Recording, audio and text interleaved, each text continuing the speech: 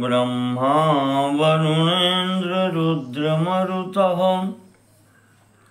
स्तुन्वन्ति दिव्यैस्तवैः वेदैः साङ्गपदक्रमोपनिषदैर्गायन्ति यं सामगाः ध्यानावस्थिततद्गतेन मनसा पश्यन्ति यं योगिनो यस्यान्तं न विदुः सुरासुरगणा देवाय तस्मै नमः देवाय तस्मै नमः।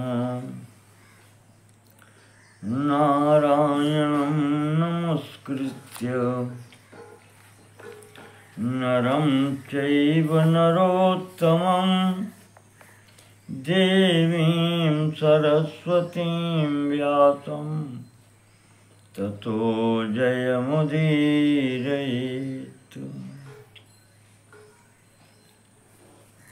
ओम श्रीमत्स्य महापुराण के पिछले भाग में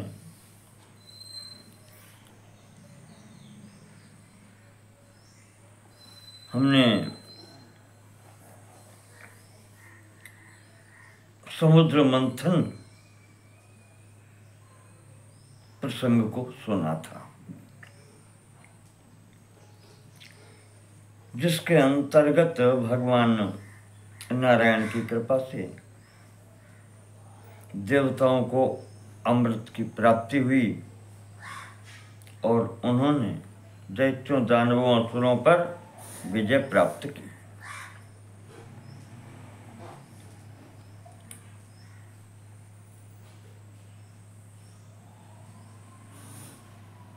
और अमृत प्राप्त होने का मुख्य कारण ये था कि देवताओं की उस परमात्मा शक्ति पर पूर्ण निष्ठा,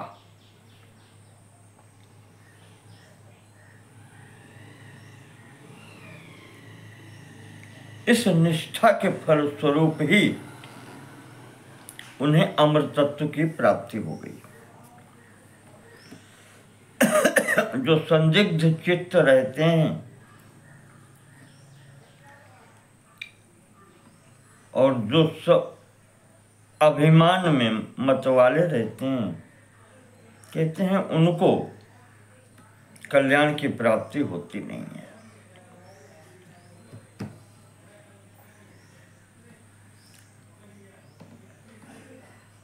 भगवान नारायण के महात्म्य की बात में ऋषियों ने सूत जी से पूछा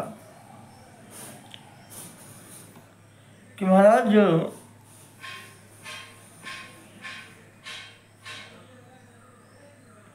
अब कृपा करके हमको ये बताएं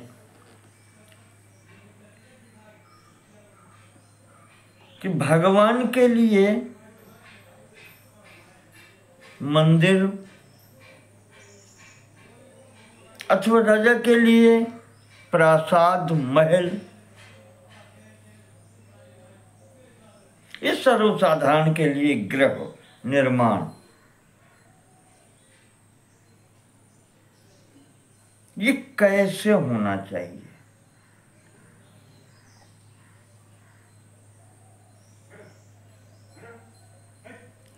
कहते हैं जब कोई कार्य विधिपूर्वक किया जाता है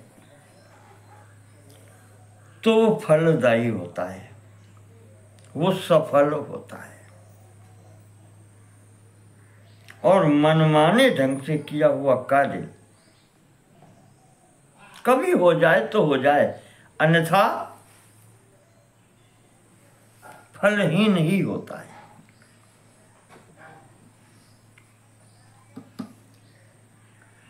प्रासाद भवनादीनां निवेशं विस्तराद्वद कुर्यात् केन विधानेन कश्च वास्तुरुदाहृतः। पूछ रहे हैं कि राजभवन, प्रासाद या महल किस प्रकार से बनते हैं, उनकी विधि बताएं। और इस प्रसंग में वास्तु क्या होता है? कश्च वास्तु उदाहरता, वास्तु किसे कहते हैं?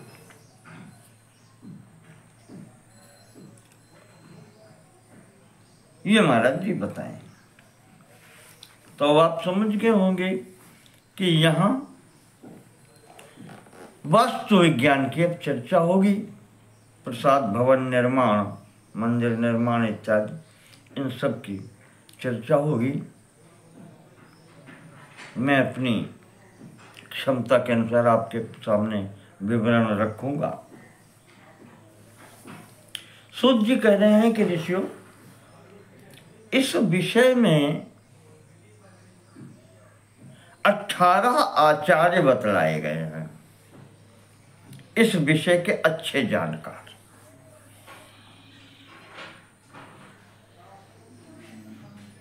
18 आचार्य गण हैं जो इस विषय की अच्छी जानकारी रखते हैं। भृगुरत्रिर वसिष्ठस्य विश्वकर्मा मयस्तथा नारदो नग्नजिच्चैव विशालाक्षः पुरंदरः ब्रह्मा कुमारो नंदीशः शौनको गर्ग एव च वासुदेवो अनिरुद्धश्च तथा शुक्र बृहस्पति।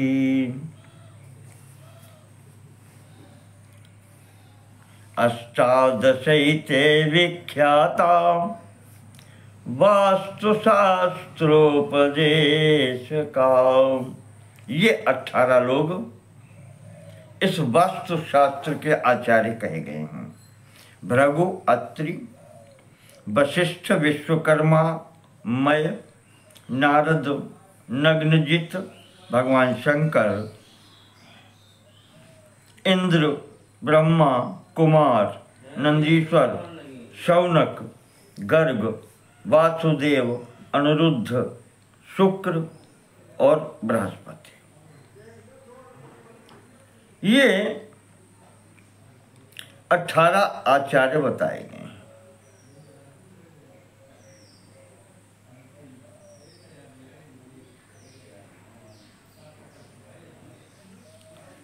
और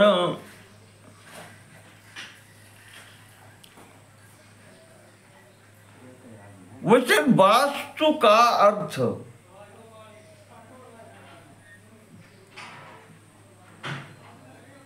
वास करने के अनुसार होता है।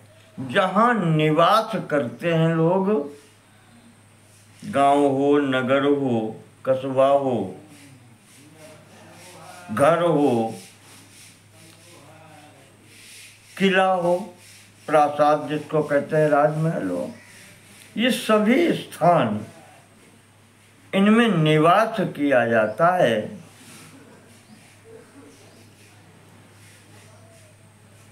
तो इन्हीं के लिए ये शब्द वास्तु प्रयोग होता है।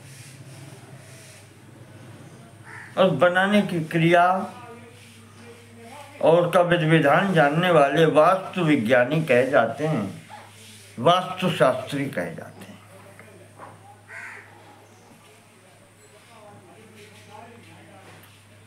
सूत जी कहते हैं कि विस्तार से तो यहाँ कहना कठिन हो पाएगा, जो संक्षेप में मत्स्य रूपधारी भगवान नारायण ने मनु को उपदेश दिया है, वो संक्षेप में तुम्हारे समक्ष रख रहे हैं, बता रहे हैं।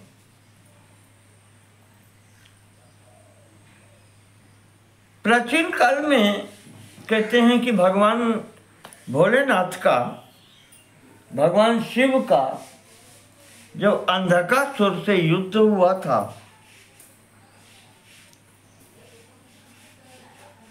उस युद्ध में इतना श्रम हुआ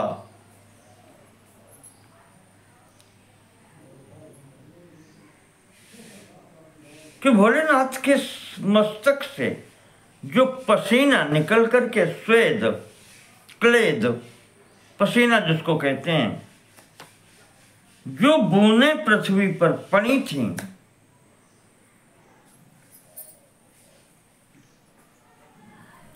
उनसे एक पुरुष उत्पन्न हुआ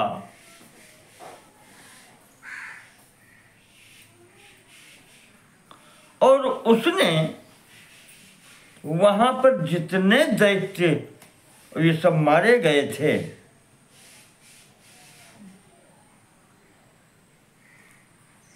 और जो रक्त की कीच थी वो उसने सब साफ कर दी, वो सब उसने ही ग्रहण कर ली। कहते हैं कि वो क्रोध स्वरूप भगवान का था, इस कारण से उसकी भूख शांत फिर भी नहीं हुई।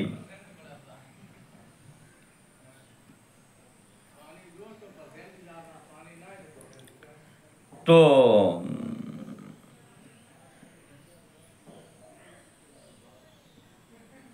भगवान शिव जी के समक्ष हाथ जोड़ के खड़ा हो गया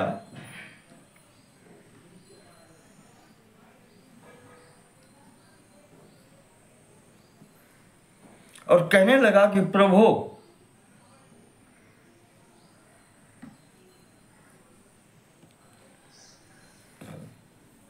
आपसे मैं उत्पन्न हुआ हूं, आप मेरे भोजन की व्यवस्था करें, अन्यथा मैं तीनों लोगों को खा जाऊंगा।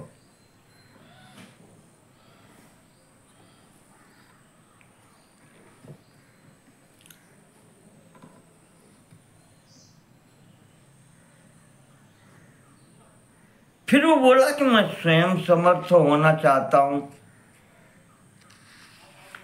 और उसने तो यहां तक कह दिया, तम उवाच ततो भूतम त्रैलोक्य ग्रसनक्षमं भवामि देव देवेश।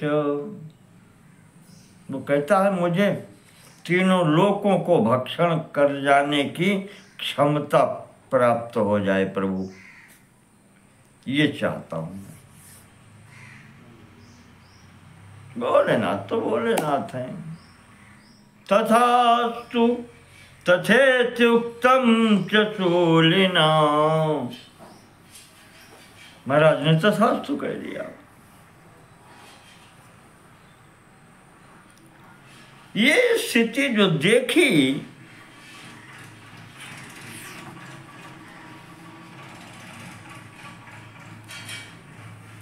तो अब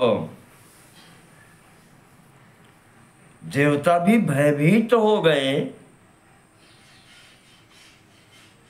कि कैसा व्यक्तित्व है। भगवान ने भी कुछ विचार नहीं किया।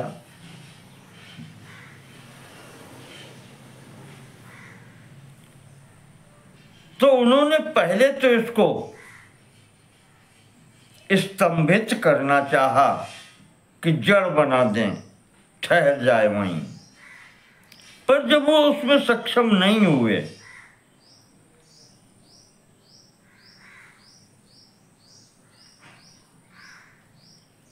तो उन्होंने उसको अपनी ओर आते हुए देख करके एक धक्का दिया जोर से, देवताओं ने मिल करके।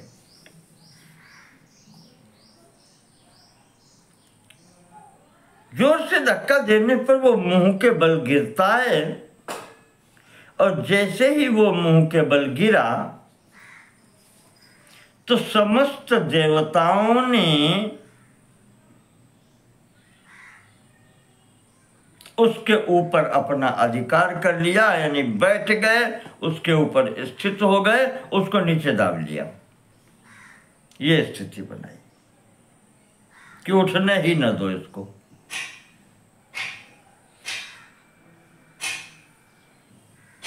अब उसका मुंह नीचे की ओर हो गया। जब चारों तरफ से वो दब गया तो कहता है बेचारा देवताओं से कि आप लोगों ने मेरे साथ अन्याय किया, ये तो गिराया और गिरा करके मुझे उसी स्थिति में दबा लिया, मेरा मुंह नीचे को है।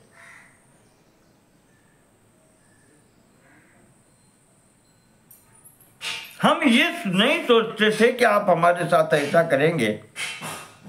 चारों तरफ से मुझे अवरुद्ध कर दिया, मुंह नीचे को हो गया। ऐसे कब तक मैं स्थित रहूंगा इस स्थिति में? और जीवित कैसे रहूंगा मैं? आपने तो सब कुछ ही बंद कर दिया। तो देवताओं ने कहा कि अब तुम ऐसे ही रहो, भोजन की व्यवस्था तुम्हारे लिए हम करते हैं।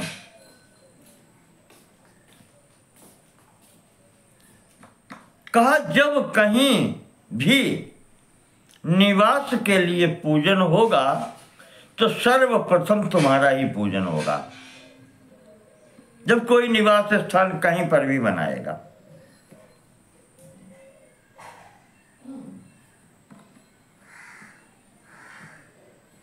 वास्तु कार्य निवास के लिए जब भी कार्य होगा तो वहां तुम्हारे लिए प्रथम तुम्हारा पूजन होगा। वहां तुम्हें भेंट प्रथम मिलेगी। ऐसे ही वैश्व देव का जब पूजन होगा उसमें भी तुमको बलि मिलेगी, वो तुम्हारा आहार होगी। वास्तु शांति जो लोग कराएंगे वो भी तुम्हें प्राप्त होगा। जहां कहीं भी कोई भी यज्ञ होगी वहां भी तुम्हारा पूजन होगा, वहां भी तुम्हें बलि और भेंटें प्राप्त होंगी। और जो ऐसा नहीं करेगा वो प्राणी भी तुम्हारे आहार होंगे और उसका किया हुआ समस्त कार्य वो भी तुम्हारा ही होगा।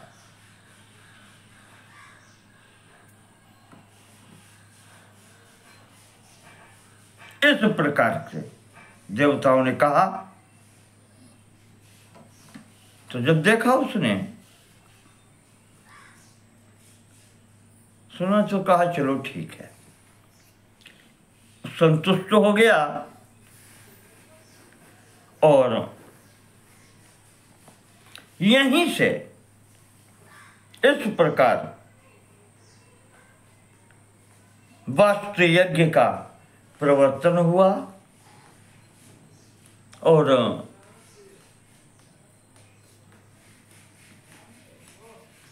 इस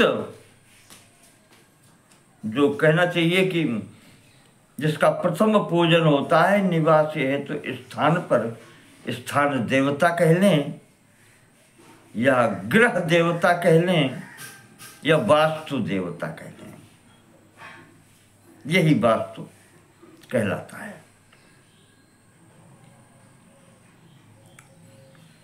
सूत्र ऋषियों को बता रहे हैं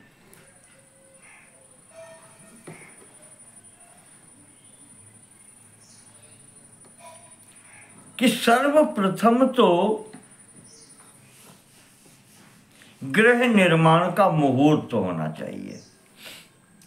अच्छे समय में गृह निर्माण, प्रासाद निर्माण का प्रारंभ होना चाहिए। प्रारंभ करने के लिए शुभ मुहूर्त होना चाहिए। इस प्रसंग में कह रहे हैं,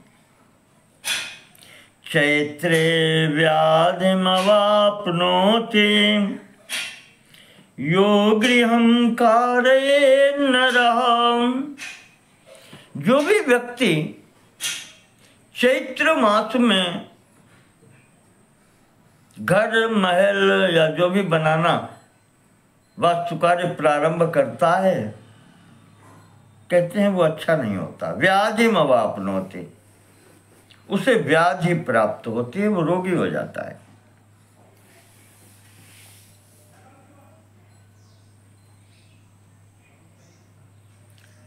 वैशाख मास में निर्माण कार्य प्रारंभ करने वाला व्यक्ति गाय, रत्न इत्यादि प्राप्त करता है। ज्येष्ठ महीने में निर्माण कार्य प्राप्त करने वाला व्यक्तित्व कहते हैं कि निधन को प्राप्त होता है, मृत्यु हो सकती है उसकी। ज्येष्ठे मृत्युम तथैव च।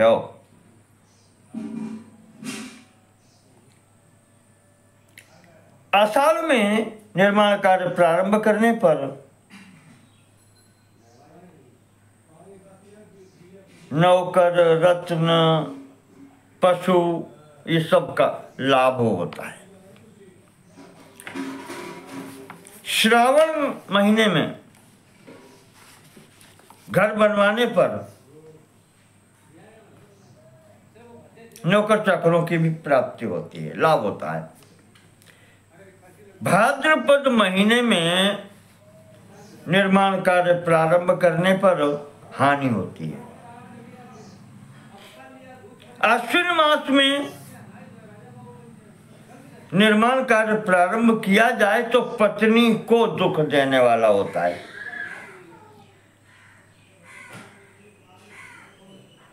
कार्तिक में अगर निर्माण कार्य प्रारंभ किया जाए तो धन धान्य से परिपूर्ण होता है। इसी प्रकार से आर्गण मास, मार्गशीर्ष मास में निर्माण कार्य प्रारंभ करने से भोग्य पदार्थों की प्राप्ति होती है। पौष में जो निर्माण कार्य कराया जाए, घर इत्यादि बनवाए जाएं, कहते हैं उसमें चोरों का भय होता है। माघ मास बहुत शुभ होता है, अनेक प्रकार के लाभ होते हैं माघ मास में निर्माण कार्य प्रारंभ करने से। लेकिन इसमें कभी कभी अग्नि का भय रहता है, कभी कभी। फाल्गुन मास में जो घर का, प्रासाद का निर्माण प्रारंभ कराता है, कहते हैं उसको धन, स्वर्ण धातु, पुत्रों की प्राप्ति होती है। ये महीनों का वो बताया गया है, किस महीने में करने से क्या लाभ क्या हानि होती है। इसके बाद में बताया गया है कि कौन नक्षत्र शुभ होते हैं। उसमें अश्विनी, रोहिणी, मूल, तीनों उत्तरा, मृगशिरा, स्वाति, हस्त और अनुराधा, ये नक्षत्र गृहादि निर्माण कार्य के लिए प्रशस्त माने गए हैं। रविवार और मंगलवार को छोड़ करके शेष 5 दिन शुभ माने गए हैं। निर्माण कार्य रविवार और मंगलवार को नहीं होना चाहिए। इसके पश्चात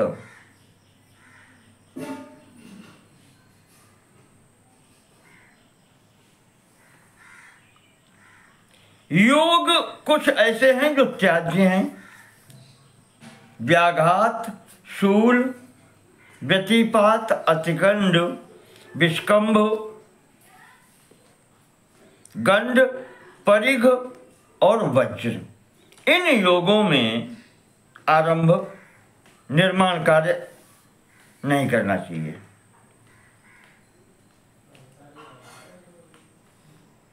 ऐसे ही मुहूर्त हैं श्वेत, मैत्र, महेंद्र, गांधर्व, अभिजीत, रोहिण, वैराज और सावित्र, इन मुहूर्तों में गृहारंभ करना चाहिए।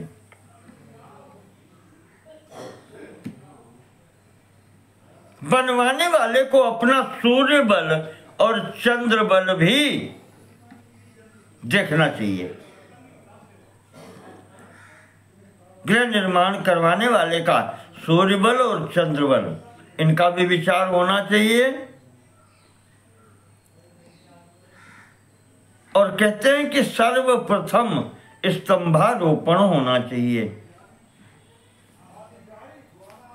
स्तंभ, उसका आरोपण होना चाहिए। यहां पर भूमि परीक्षा भी आवश्यक बताई गई है। 2-3 तरीके से यहां पर भूमि का परीक्षण करने का विधान कहा गया है कि जहां विचार किया गया है, प्रथम तो परीक्षण है मिट्टी का रंग देख करके। सफेद रंग की मिट्टी जहां है, श्वेत, वो ब्राह्मण के लिए शुभ मानी गई है। लाल रंग की मिट्टी जहां है, वो क्षत्रिय के लिए। पीले रंग की मिट्टी जहां है, वो वैश्य के लिए। और काले रंग की मिट्टी जो है, वो शूद्र के लिए शुभदायक होती है।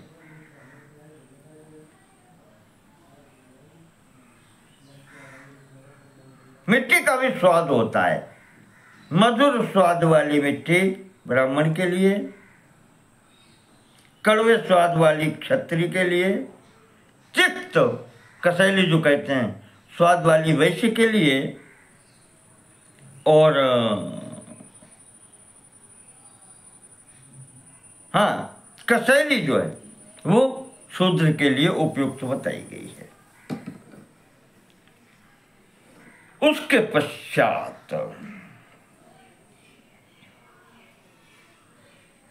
जो भूमि हो जहां बनाने का विचार हो, उसके बीचों बीच में 1 हाथ परिमाण का एक गड्ढा खोदना चाहिए। 1 हाथ लंबा, 1 हाथ चौड़ा और 1 हाथ गहरा। उस गड्ढे को खोद करके शुद्ध करे, उसको लिपोत के, और उसके गड्ढे में अंदर बीचों बीच में चतुर्मुख दीपक जला करके रखे। 4 बत्ती वाला, चारों ओर, चारों दिशाओं की ओर ज्योति इसमें जलती हो।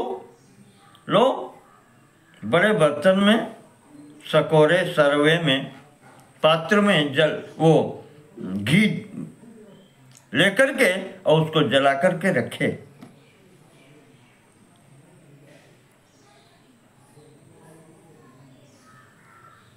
और ये देखे कि किस दिशा की बत्ती अधिक देर तक जलती है।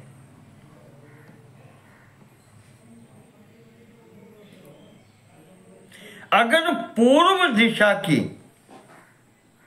दीपक की पूर्व दिशा की बत्ती अधिक देर तक जलती रही है, कहते हैं तो वो स्थान ब्राह्मण के लिए शुभ होता है।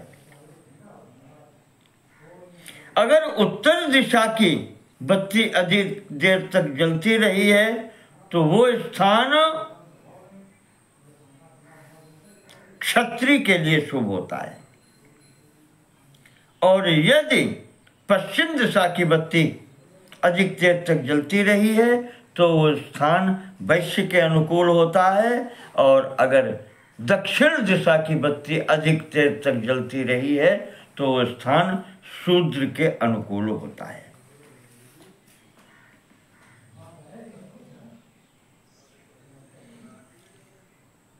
और अगर चारों बत्ती समान समय तक बराबर जलती हैं तो सूत जी कह रहे हैं कि वो भूमि सबके लिए सुखप्रद है, चाहे ब्राह्मण हो, क्षत्रिय हो, वैश्य हो, शूद्र हो, कोई भी हो, वो भूमि सबके लिए सुखप्रद है, शुभ ही देने वाली है। एक बात और बताई गई है, जब ये गड्ढा खोदा गया है तो मिट्टी बाहर निकाली गई होगी।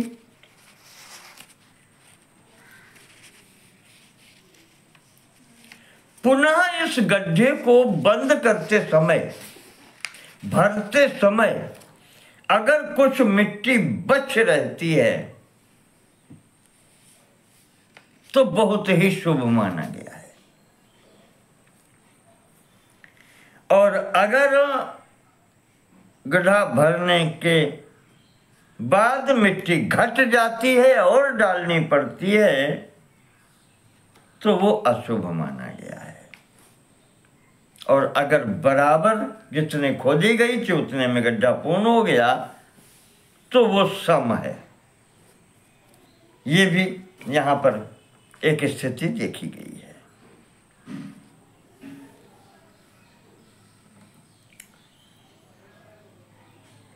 तो प्रथम तो आपको भूमि के रंग, वर्ण पर और स्वाद के अनुसार परीक्षण हुआ। दूसरा, ये गड्ढा खोदकर दीपक के आधार पर भी परीक्षण हुआ। उसी को गड्ढा भरने के आधार पर परीक्षण हुआ। एक परीक्षण और बताते हैं। उस पूरे स्थान को हल से जोत दे और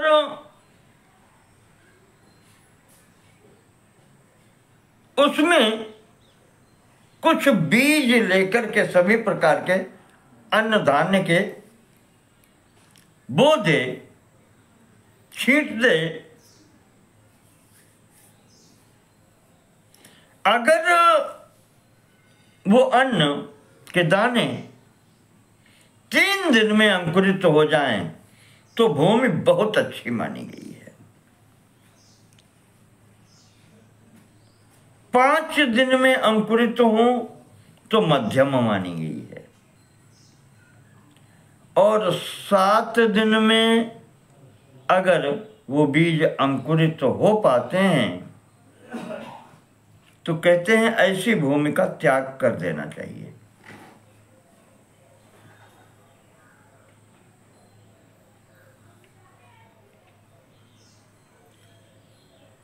इस प्रकार से भूमि का 3-4 प्रकार से जो परीक्षण बताया गया है, परीक्षण कर लिया जाए। तत्पश्चात पंचगव्य इत्यादि से या औषधि वाले जल से सिंचन किया जाए पूरे क्षेत्र का, जहाँ बनना है, निर्माण कार्य होना है।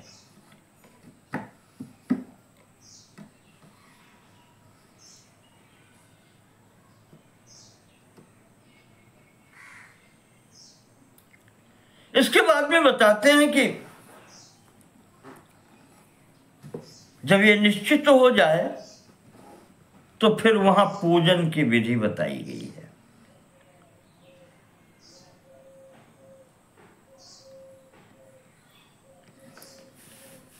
अब ये नहीं बताया कि पूरे अब मुझे इतनी जानकारी नहीं है। वैसे तो वेदी पर बना करके करते हैं वास्तु पूजन यज्ञ आदि में, उस प्रकार से किया जाए या उस जितनी भूमि का ग्रहण किया गया है वास्तु निर्माण के लिए, गृह निर्माण के लिए, उसमें ये कार्य किया जाए। कहा कि पूर्व से पश्चिम दिशा को 10 लकीरें खींची जाएं सोने की सलाई से, और उत्तर से दक्षिण को 10 लाइनें खींची जाएं या लकीरें खींची जाएं।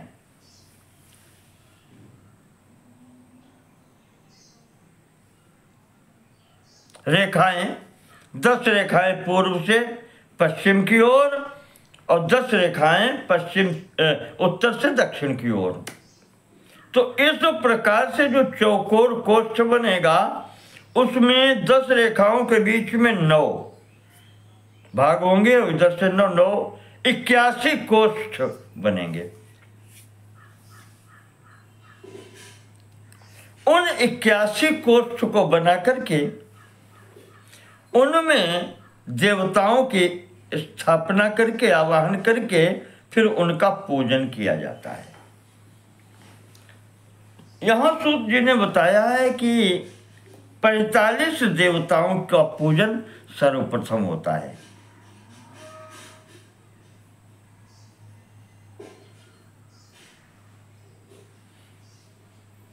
पदस्थान पूजयेत देवांस 30 पंचदशैव तो 30 और 15 45। उनमें से 32 बाह्यतः पूज्या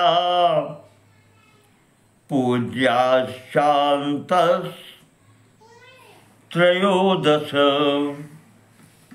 इस कोष्ठ में 45 देवताओं का प्रथम पूजन बताया गया है, जिसमें से बाहरी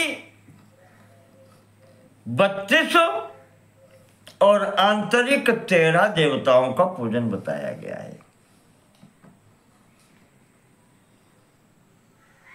उनके नाम बता रहे हैं।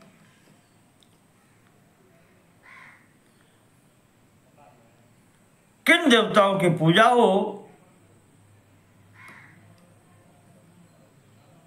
ईशान कोण से प्रारंभ करके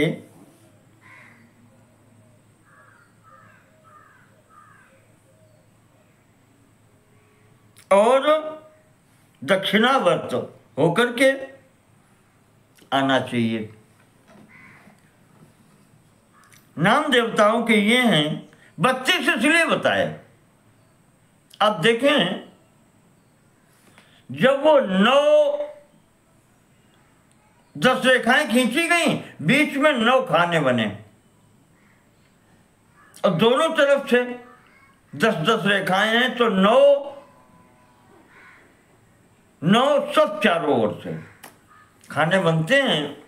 तो बाहरी जो खाने हैं उनकी संख्या आप देखेंगे इन करके, 9 दूनी 18 और 7 दूनी 14, 18 14 32 होती है। वही बाहरी आवरण के 32 देवता बताए गए हैं। ईशान कोण से प्रारंभ करें।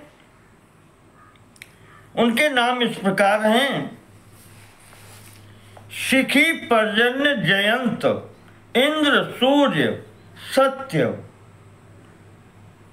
भ्रश, अंतरिक्ष, वायु, पूषा, वितथ, बृहत्क्षत्र, यम, गंधर्व, भृंगराज, मृग, पितृगण, दौवारिक, सुग्रीव, पुष्पदंत, जलाधिप, असुर, शोथ, पाप, रोग, अहि, मुख्य, भल्लाट, सोम, सर्प, आदित्य और दित्य, ये 32 देवता, इनकी पूजा होती है। ईशान से लेकर के और पूर्व, अग्नि, दक्षिण, नैऋत्य, पश्चिम, वायुकोण और उत्तर दिशा, ऐसे दक्षिणावर्त।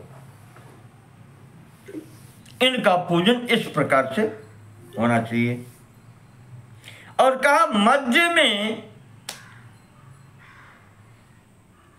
13 देवताओं की, बीच में ब्रह्मा जी, उनके चारों ओर 2 2 2 और 2, चारों दिशाओं में देवता की कल्पना की जाती है। उनके नाम हैं पूर्व से लेकर के अर्यमा, सविता, विवस्वान, विबुधादिप, मित्र, राजक्षमा, पृथ्वीधर तथा आपवत्स।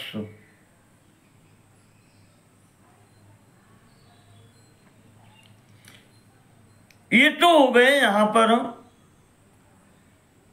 8 ही बता दिए, 9 ब्रह्मा जी हो गए।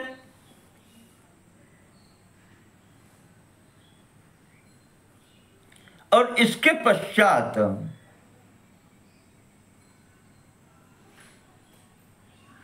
आप, सवित्र, जय और रुद्र, ये 4 कोणों के।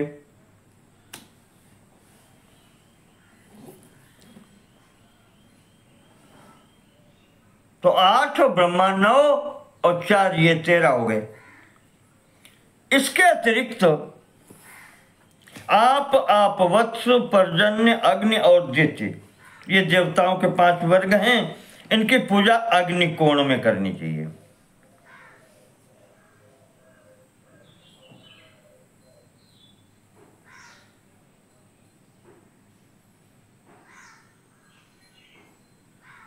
और यहां पर सब बताए हैं।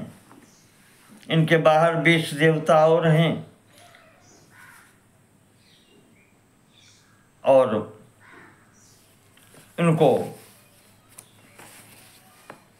अब 81 उसमें जो बने हैं विभाग, उनका सबका पूजन इत्यादि विस्तार से यहां पर बताया गया है। कहाँ किसकी पूजा होती है? कहते हैं जहां भी पूजा हो रही है ऐसे स्थान पर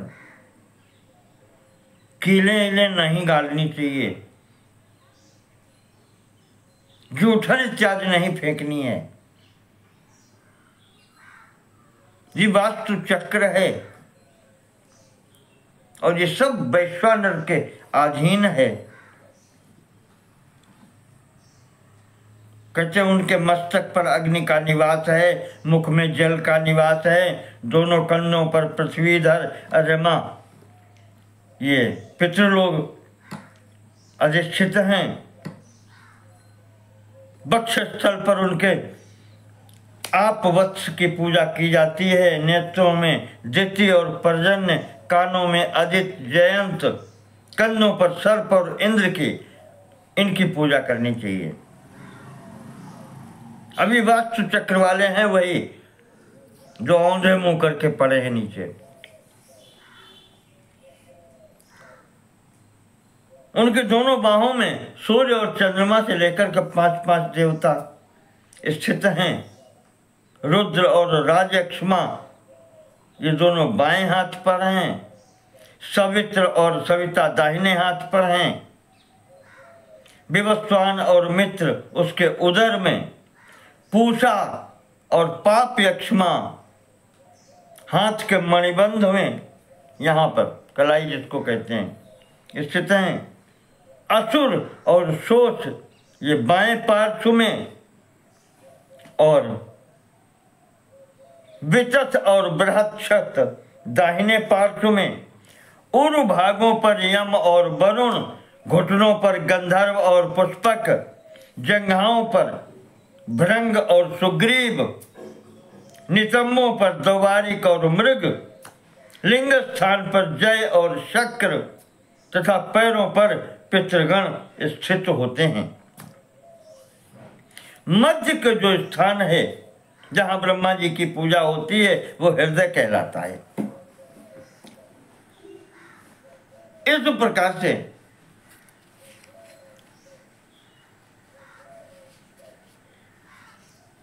कहते हैं कहीं कहीं ये जो 81 कोष्ठों वाला बताया गया है, 2 प्रकार के और बताए गए हैं। वास्तुशास्त्रियों ने 3 प्रकार के वास्तु बताए, यहां विशेषकर एक की चर्चा हुई है। एक 100 चक्रों 100 विभाग वाला बनाया जाता है, उसमें 11 रेखाएं पूर्व पश्चिम और 11 उत्तर दक्षिण खींच करके 100 विभाग किए जाते हैं। ये मध्यम यहाँ है 81 वाला, जो 10-10 रेखाएं करके बनाया गया है, ये मध्यम। और इससे भी छोटा एक 64 विभागों वाला होता है, 9 रेखाएं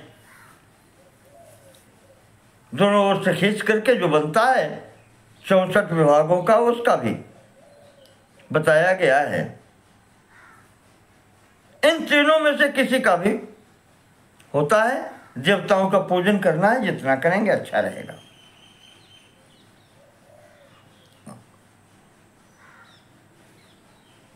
तो इस प्रकार से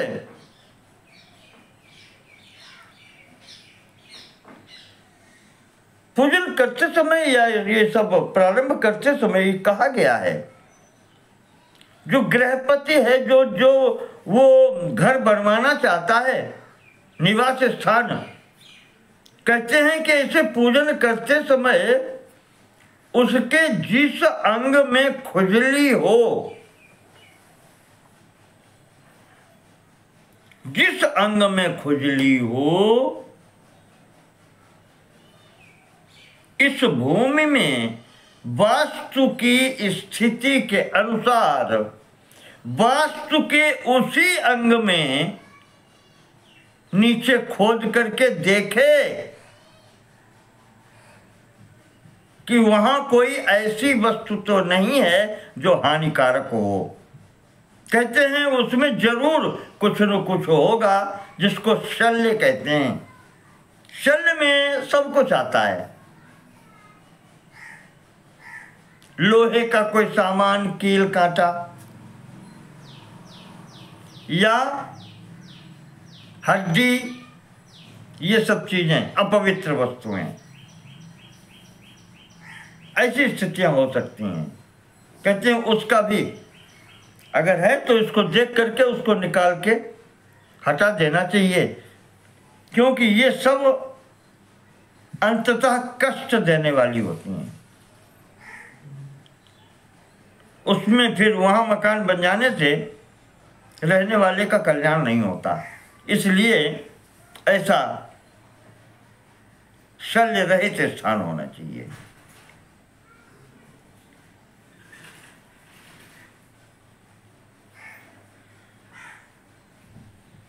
ये घर बनवाने के लिए बात नहीं है। गांव बसाया जाए, नगर, ग्राम, देश, सबके लिए है ये आवश्यक होता है, इसका विचार करना चाहिए।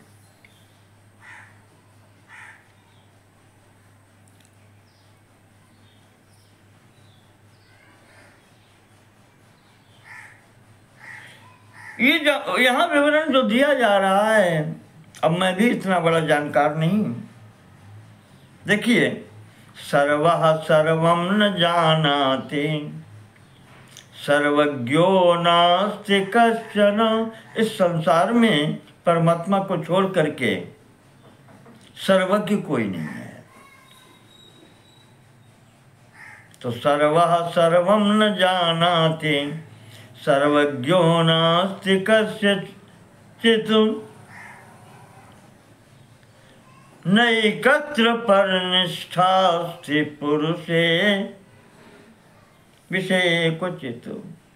किसी एक ही व्यक्ति में समस्त विद्याओं का स्थिति नहीं होती, सबको सब विद्याओं की जानकारी नहीं होती।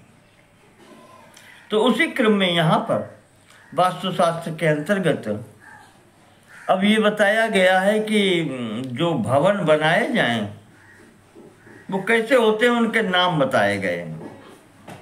एक चतुशाल कहलाता है, जो निवास स्थान या जो भवन या जो राजमहल चारों दिशाओं में बना हो और चारों दिशाओं में उसके दरवाजे हों, वो सर्वतोभद्र कहलाता है। चतुशाल कहते हैं जो चारों दिशाओं से बना हुआ हो, वो चतुशाल कहलाता है। इस प्रकार से बने हुए निवास स्थान को सर्वतोभद्र कहते हैं, सबसे अच्छा माना गया है। कहते हैं कि देवताओं के निवास के लिए, देव मंदिर के लिए और राजभवन के लिए ऐसे ही भवन उपयुक्त होते हैं, मंगलकारक होते हैं। अब इस चतुशाल में जो चारों तरफ से बने हुए हैं, कहते हैं अगर इसमें किसी कारण से पश्चिम दिशा में दरवाजा ना हो, शेष 3 दिशाओं में दरवाजे हों, तो ये नंद्यावर्त कहलाता है। इसी प्रकार से दक्षिण दिशा का दरवाजा न हो तो वर्धमान कहलाता है। पूर्व दिशा में दरवाजा न हो तो स्वस्तिक कहलाता है, और उत्तर दिशा में अगर इसका दरवाजा न हो तो ये रुचक कहा जाता है, 3 दरवाजों वाले।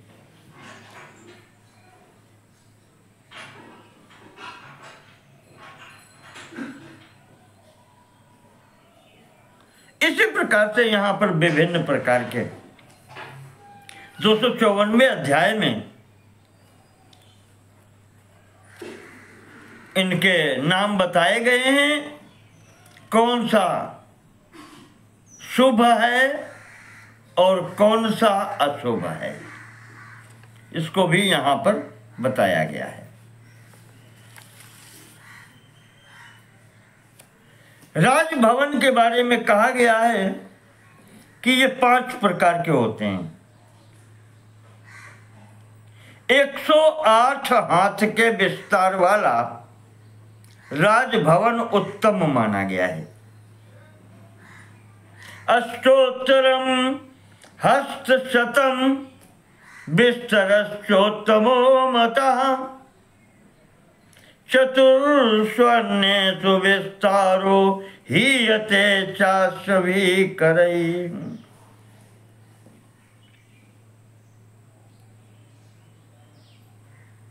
और जो बाकी जो सबसे उत्तम बताया गया है 108 हाथ का। 108 हाथ कहने का तात्पर्य है 108 हाथ लंबा और 108 हाथ चौड़ा।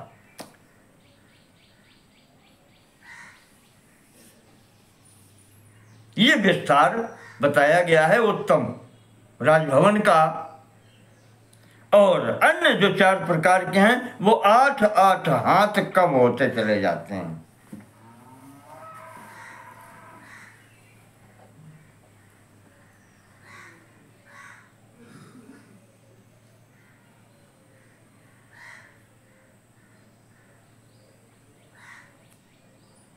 यहां पर एक बात बताई गई है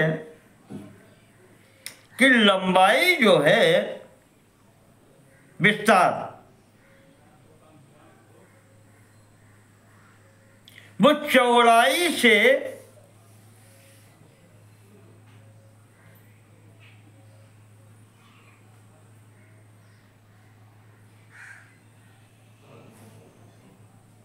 चतुर्थांश से अधिक होती है। अर्थात अगर चौड़ाई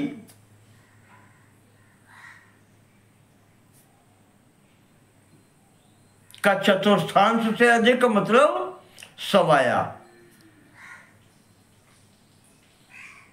10 मीटर की चौड़ाई है तो चतुर्थांश से अधिक, चतुर्थांश हुआ 2.5 मीटर।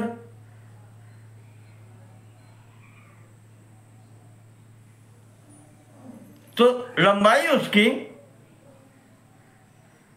1.25 गुनी होनी चाहिए, यानी 12.5 मीटर की लंबाई, तब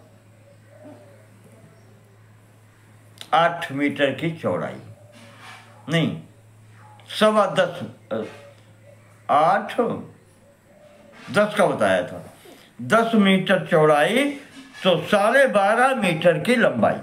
इस प्रकार से अर्थात लंबाई और चौड़ाई में अनुपात 5 और 4 का होना चाहिए। 4 चौड़ाई है तो 5 लंबान होना चाहिए, चतुर्थांश अधिक हो, यह बताया गया है। ये 5 प्रकार के इसमें।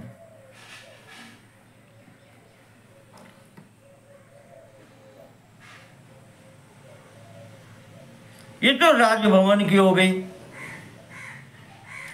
अब युवराज के लिए जो बने रहने के लिए निवास स्थान, कहते हैं वो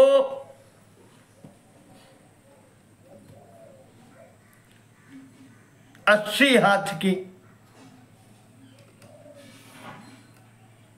वहां 108 का तो यहाँ 80।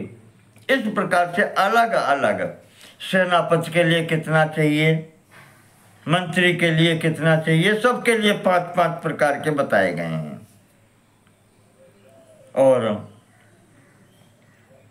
ज्योतिषी, गुरु, वैद्य, सभापति, पुरोहित, इन सब के लिए जो निवास स्थान बने वो कैसे बने, लेकर के प्रजा जन तक सबके लिए बता दिया गया है। किसी को इसमें 254वें अध्याय में निवास स्थान से वंचित नहीं किया गया। सबके लिए, ब्राह्मण, क्षत्रिय, वैश्य, शूद्र, सबके लिए निवास स्थान की स्थिति बताई गई। किसका घर कितना बड़ा कैसा होना चाहिए, सब बता दिया।